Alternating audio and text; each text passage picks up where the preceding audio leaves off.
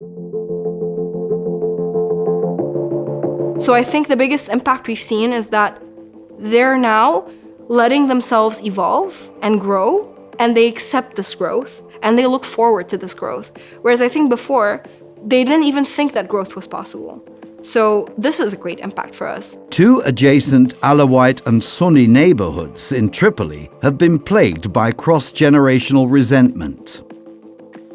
In combination with a deep sense of hopelessness, this made young people vulnerable to radical ideologies and resulted in violence.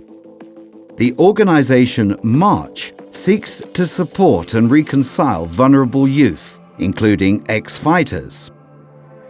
It brings them together for cultural activities and teaches them skills they can use to positively contribute to their community, such as construction and graphic design.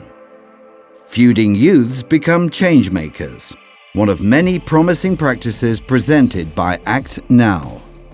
We started out our practice by helping both these communities build their home again. So after it was completely destroyed by the clashes in 2011, we actually brought them together and they refurbished approximately 350 shops that were completely destroyed on a former demarcation line.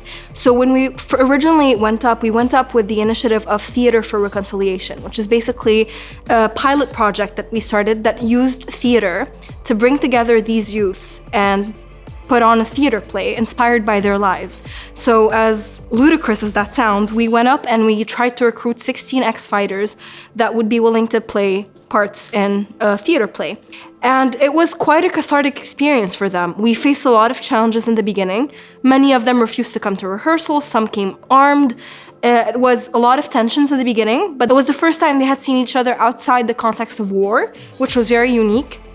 So they examined each other's stories and learned from each other's stories, and they saw that they weren't that different after all. And this cathartic experience for them gave them the chance to move past the narrative that they had been so indoctrinated in that it proved to be a success. And we thought that it might be interesting to make it more sustainable, which was the program we were discussing, which is the Dahab initiative. Dahab stands for the Gate of Gold. And the Gate of Gold was the name of the market that was destroyed, that they then refurbished. So that was the idea behind Dahab, was to create something sustainable where they can work hand in hand to rebuild something that they had a hand in destroying, but that also allowed them to surpass this reality that had been imposed upon them and see beyond that.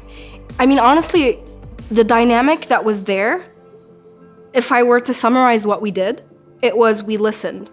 We gave them a chance to voice their opinion and express themselves and tell their story, as opposed to imposing a story. And we just listened. So by giving them the space, like the cultural cafe, was the first time they were given a space where they could express themselves. Some of them wrote music, some of them danced, some of them painted.